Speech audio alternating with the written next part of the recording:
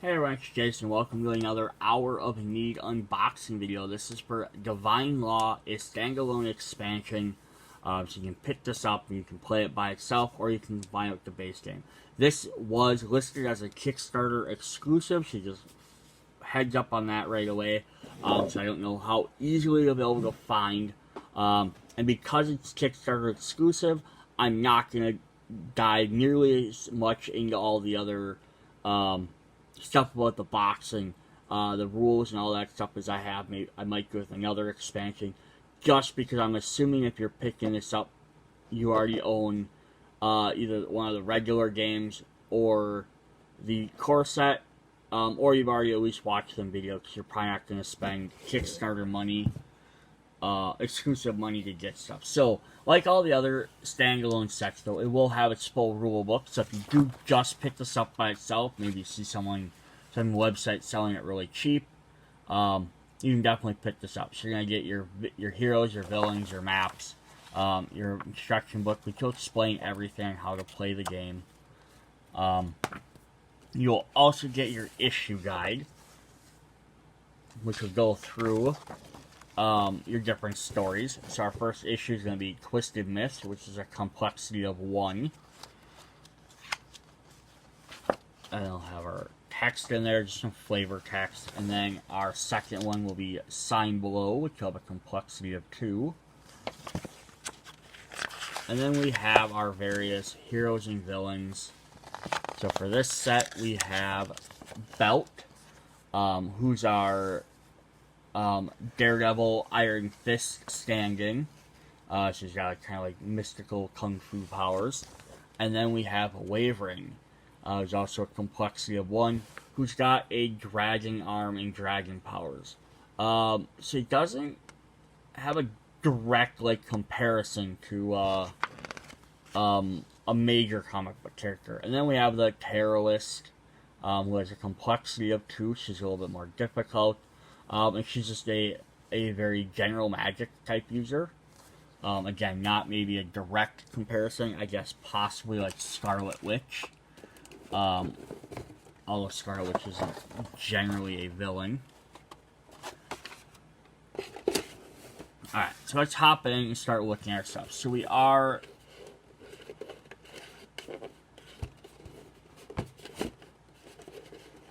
Why do these never want to come out of here? Okay, so this is a bad part about the design of this box. So they have a little tray here for tokens, and I put the clue cards in there. I can never get them all. So we're going to get our deck of clues. They're going to be the same clues that were in any of the other sets. There's nothing different. Villain sightings, which will let you do different stuff. So you can solve. Trail of evidence lets you move. Weak point lets you attack. Point of interest lets you place justice tokens. Encouraging Lead lets you draw cards. Hacked Comms. Which that one only has one guy's symbol. Oh, did they change some of these? Okay, some have 1, some have 2. But yeah, they're all the same basically. Exhaust an enemy in the threat area. Local assistance lets you solve perils. Time to spare lets you deal damage, and shared intel lets you gain focus. Yeah, so they're going to be the exact same ones they're going to be in all the other sets. They're not going to spend too much time going over them. Let's jump in and start looking at our heroes. So we're going to have Belt. And here's Belt's miniature. So it's very much like his picture there. But again, because it's just a miniature, you don't have that tattoo design on there. Which, I guess, I'm glad, because like, if you're going to paint this, then that would kind of interfere with the paint job, because you'd have to have it like almost be in like what I'm looking for. You have to have it indented. Alright, so Belt has 12 health. He has 1 inflict and 2 problem solve. Discerning the threat, exhaust. Discard 2 focus to flip this card. Action. Move up to 4 spaces, then you may defeat up to 2 minions in your Steam panel. You may then discard 1 focus to solve. They sure make minions very easy to defeat in this game, which makes sense. You don't see Batman or Superman or, you know, Spider-Man, spending a ton of time beating up the common criminal or the gangster. They spend more time trying to focus on the main villains. So here's Focus. His stat switchable. He gains 2 effect but 1 problem. Eliminate the threat. Exhaust. Discard 2 focus to flip this card. So he's one of the few characters that has a forced way of having to flip versus just using an ability. Action. Move up to 4 spaces and attack. Then you may discard 1 focus to move up to 3 spaces and attack. So one side lets him do a lot of attack, the other one lets him solve. So this depends on which version you need at the time. We're going to get 2 copies of Heightened Senses. Each time you solve, you may discard 1 focus to gain 1 die. Exhaust, either gain 1 focus or discard 2 focus to gain a clue card. You have 3 copies of Mind Over Body. When you play this card, gain 1 focus. Each time you suffer 1 or more damage, gain 1 focus. Action, gain 1 focus and either attack or solve. 2 copies of Blind Rage. Each time you attack, you may discard 1 focus to gain an attack die. There's a die, I guess, not just an attack die. Exhaust, you may discard 1 focus to move up to 2 spaces. Then if you discarded 1 focus to move, you may then discard 1 focus to move up to 2 spaces. So you just use focus tokens rather than lots of his other stuff. 3 copies of Shadow Tactics. Choose a hero within 5 spaces of you to move up to 4 spaces. Then you may discard 1 focus to choose a hero within 5 spaces of you. You may either solve or attack. 3 copies of Meditation. Instant. Choose a hero to draw a card and gain a focus. 3 copies of Protect the Innocent. Move, then move, and then if you rescue a bystander in either of these moves, gain a focus. And then finally, 4 copies of Harnessed Chi. Choose a hero to gain 2 focus. You may then discard 1 focus to either attack or solve. So he's going to be all about gaining focus. So that could very team up with other characters very well, depending on who you have. Our second hero is going to be Wyvren.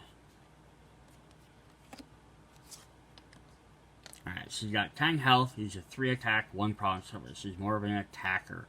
Inner Demon. Action. Attack. Before rolling die, you may suffer 1 damage to gain 1 die. If you focus him, he loses his problem solving, but he gains 1 extra attack. Demon Unleashed. Attack. You may heal 3 damage, move and attack in any order you choose, then flip this card. So basically, takes damage, but then you can flip to this side to heal some of that damage back up. He has 2 copies of Supernatural Focus. Add 2 to your health value.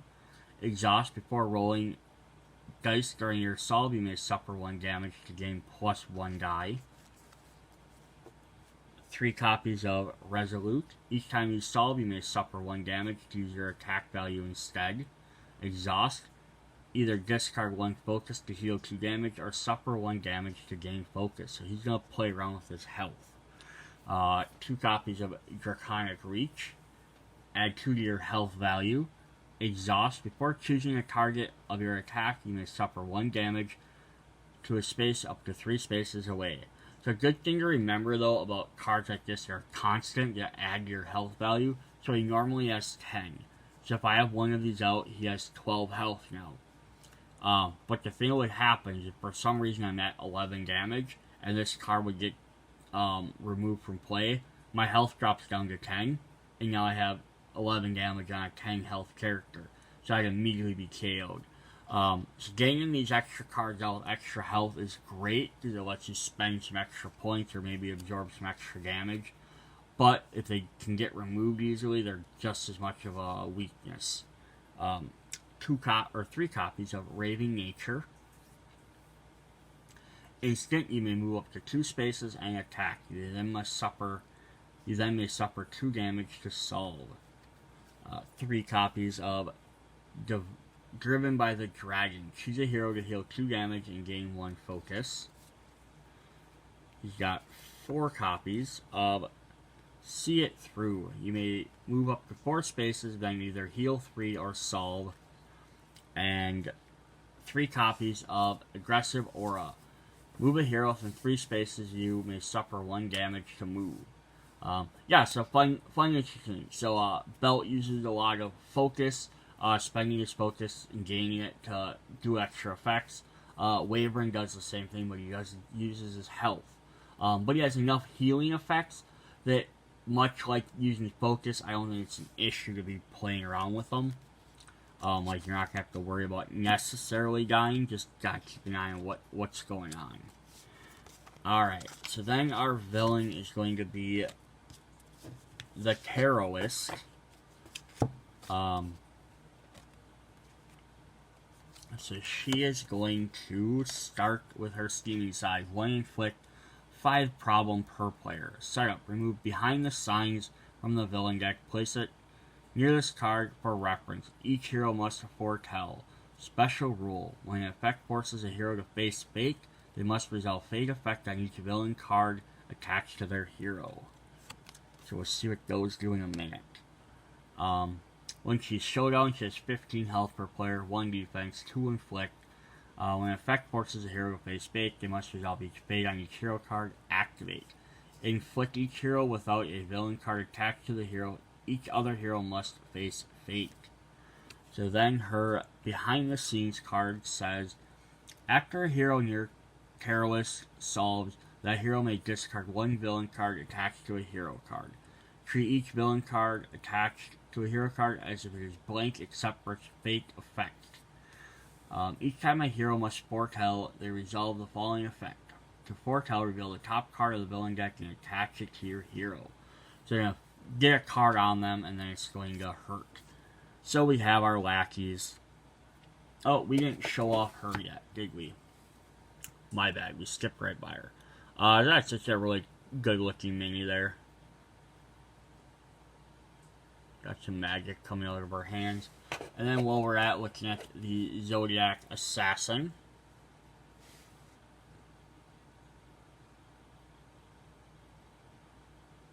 Yeah, he does use his minis in other games as well. So Zodiac Assassin lackeys have 6 health, no defense, 3 inflict. When this card is defeated, attach it to your hero. Activate. Move 3 and inflict. If you do not have a villain card attached to your hero, you must foretell. And then it has fate, you suffer 1 damage. And then Prophets of the Sign. When this card is defeated, attach it to your hero. Activate. You must face fate. Then if there's no villains, you must cards attached to your hero, you must foretell. And in fate, you must discard 1 focus or 1 card. And then we'll have our different colored versions. Alright. And then we have our different villain activations of Expedited Destiny. Showdown. After this attack, you must face fate. Fate, place 1 minion on the Steam panel nearest to you. And she's got Cutting the Deck with a sword, apparently. So the regular 4, and then the double minion activations. In special, it says you must foretell, and then showdown. Terrorist immediately inflicts, dealing +1 damage for each villain card attached to their target hero's card. Fate, discard 1 focus or suffer 2 damage. Choose a card. Choose 4 copies of that one.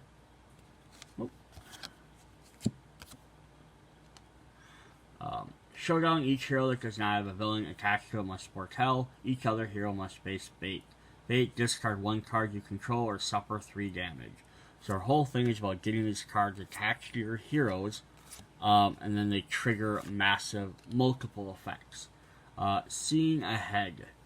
Showdown. After this attack, Terrorist deals 1 damage for each villain card attached to your hero, then you must foretell. Fate. Either discard 1 justice or damage from Terrorist or discard 1 card. And then she's got 2 copies of Stacked Deck. So, most of the other villains just had like 1 big giant, like, I guess I call it your signature card. She didn't get one. And I realize I think it's because all her cards tend to attach to stuff. So that might be why. Fate, for each villain card attached to your hero, including this one, you must either exhaust a card you control with exhaust or suffer 1 damage. Alright, then we have our issues. We have Twisted Myths. Remove the Beseech Lithumask from the issue deck and place it in play. Issue tokens on the map are cultists. These are enemies that do not block spaces, but can be targeted during an attack and damage. Each time a cultist suffers any amount of damage, it is discarded. Cultists have 1 inflict. Each, and what symbol that's supposed to be. Like a podium, looks like, probably like a ritual podium. Can only ever contain 1 cultist. If a second cultist should be placed on a podium, I'll call it ritual. If they can be placed on this card, issue tokens represent completed rituals. There are ever 3 issue tokens on this card, the villain has summoned with mask, and heroes lose. So there's our Beseech Lithumask. Each time this card solved, discard 1 issue token from the overview card, and each justice on this card here that solved it gains a clue. Ritual, either suffer 2 damage or place 1 cultist on a ritual spot. Crisis, place 1 issue token on the issue overview. So our scenes are Opening the Eye. Activate, place 1 cultist on a ritual spot. Then if there are 2 or less cultists on the map, activate the ritual effect on Beseech Lithumask. And we have a Vengeful Cultist Enemy. 10 health, 1 defense, 3 inflict. When this card is flipped, place the Vengeful Cultist on a ritual, replacing the cultist token if needed. Activate. You may place 1 issue cultist token on the issue's overview card. If you do not, he inflicts you. Baleful Summit. 1 cultist on a spot and then activate that. So like all these are always the same. And then Determined Ritualist. Activate, discard 1 justice from this card to gain a clue, or activate, discard 2 justice from this card.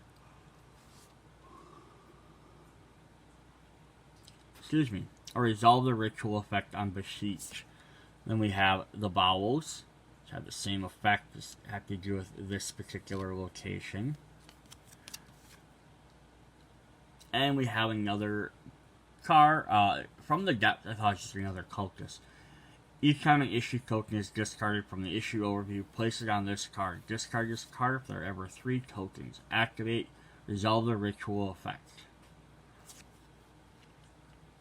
And then Palace of Lestat. Lamask. I say Lestat. Lestat's a vampire. Rewarded for fanatism. Each cultist gains +1 inflict value for each completed ritual. Each time a cultist is defeated, place it on this card. If this card ever has 4 cultists on it, discard it. Activate. Place 1 cultist on the nearest ritual spot to you, then the cultist nearest you inflicts you.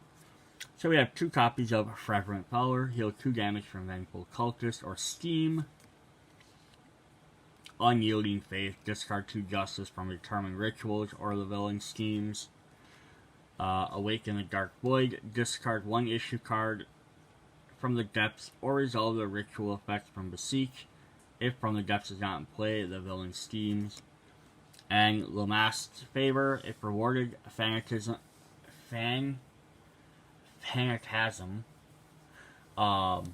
is in play. Each cultist inflicts the hero, otherwise schemes, and then just our general crisis.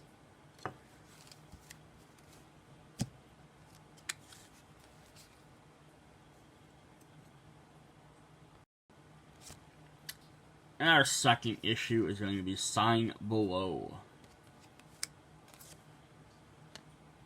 Set up, remove Heavenly Deceit from the issue deck and place it in the play area. When issue tokens are Celestial Warriors These are treated as enemies with 1 health value and 2 inflict and do not block spaces.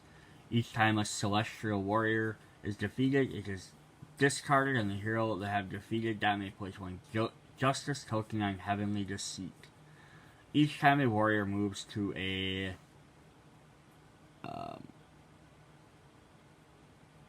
I'm not sure what that space is called either. That's the only problem with these symbols. I don't know what they're actually called. That symbol, we'll call it a temple. Each time they move to the temple, it is moved to this card. So it's like a portal or a temple. If there are ever 4 issue tokens on this card, the villain has received enough warriors to descend on Earth. The villain begins a purge and the heroes lose. So we have our Heavenly Deceit card. During a hero's turn, the hero may discard 5 justice to discard 1 issue token from the issue overview. Deceive. Move the issue token nearest the target steam space once towards the nearest temple. Then place 1 issue token on the steam space. Move each issue token 1 space towards the nearest temple nearest to it. Then place 1 issue token in the steam area. These texts are kind of difficult to read. Like, they make sense, but they're trying to be vague enough for the game, which is, I guess, maybe one of the downsides of this game. It's because they're trying to, like, you know, have everything be vague, like, move to this spot, move to that. And it makes some of the text just, kind of an issue to read. So you have Vanishable Sights. We're at the Sunken Tower. So all these activate effects will be the same, just for different areas. Solve the Deceive effect on Heavenly Deceit, targeting the Sunken Tower steam space. Flip it over, though, we're going to have Scene. There's an enemy, 6 health, 2 defense, 2 inflict. When this card is flipped, place Scene's token into the hero's start space. Activate. Move 3 and inflict. If no bystander was captured or no hero inflicted, resolve the Deceive effect. The Dojo. You'll then have the Sensei. This card is flipped. Place each Sensei token in the Dojo. Each time this problem is solved, discard each Justice token from this card and move the Sensei token to a different Steam panel. Activate. Resolve Deceive on the Heavenly Descent targeting the Sensei's Steam page. Or space. Shrine of Stars, Answered Prayers. We'll have the Watcher. Activate for each issue token on the map, either discard 1 Justice from this card or move 1 space towards the temple nearest to it. And Astral Plane, Earth's Enemies. Riot in the Sky. Activate issue tokens are prisoners that are treated like celestial warriors with 4 health value. After a hero defeats a prisoner, they gain 1 clue. Activate. Each prisoner inflicts and then moves 1 space towards the nearest temple, then flip 1 inactive issue token if able. You got 2 copies of Scene's Trickery. If Scene is in play, move her to the hero's starting space, then she inflicts, otherwise schemes. Train to Kill. If the Sensei is in play, each issue token deals the hero nearest them 3 damage. The hero may only be dealt damage this way once, otherwise the villain schemes. 2 copies of Wait and See. If the Watcher is in play, each hero must either discard 1 Justice from it, or move 1 issue token 1 space towards a temple, otherwise schemes. And then Breaking the Chain. We have another villain pictured on here. This is Astra. Who's one of the other set villains. Breaking Chains. If Riot in the Sky is in play, each hero must either flip 1 inactive issue token to its active side, or move 1 active issue token 1 space towards a temple. And then Crisis. Alright, then of course we're going to have our miscellaneous divider with our 2 game round cards. Just as a reminder how to play. The only other thing I did not go through is I did not show off the tokens and the maps. So we're going to have all the same tokens we're going to get in the other games.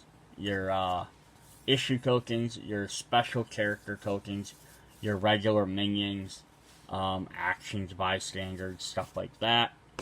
And then, of course, damage and problem solving, and then focus and hidden. So if you own one of the other games, the only ones you're really going to need are going to be the special tokens. Otherwise, you should have enough for all the rest of them. Unless you're playing a 4-player game, then you're going to need more stockpile just because you're going to do more damage and more focus. And you can spread it across the table. If you own more than 2 copies of a game, you're probably not going to need any more tokens. So here is our first board. Just move that box out of the way.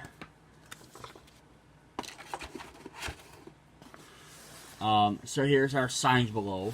So we just did that scenario. Here are different schemes and the deceive effects on each one. I guess they're actually portals, not temples. The symbols are a little bit clearer on the board if I just would have looked. But yeah, this is kind of a neat board. This has this big giant temple.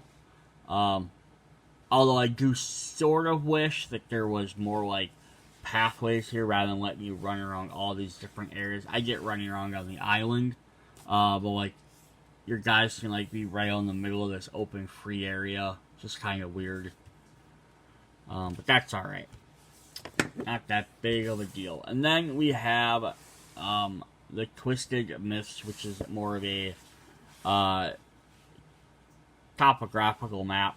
So we have some mountains, we have different caves and all that stuff. So again, the map itself doesn't, the pictures don't really mean too much. They're just more of a flavor, but they do help you fit into it. But the different locations add up to different areas for what you have to deal with versus your red steaming area versus your seeing versus your villain areas where they activate versus starting areas and different things they have to deal with. Bystanders. So those are that. Alright, that was it for the Divine Law. Again, Kickstarter exclusive. Check out the other videos in case you're interested in what's in them. So at least you know if it's going to be, maybe worth wanting to buy. See you guys in the next video. Bye.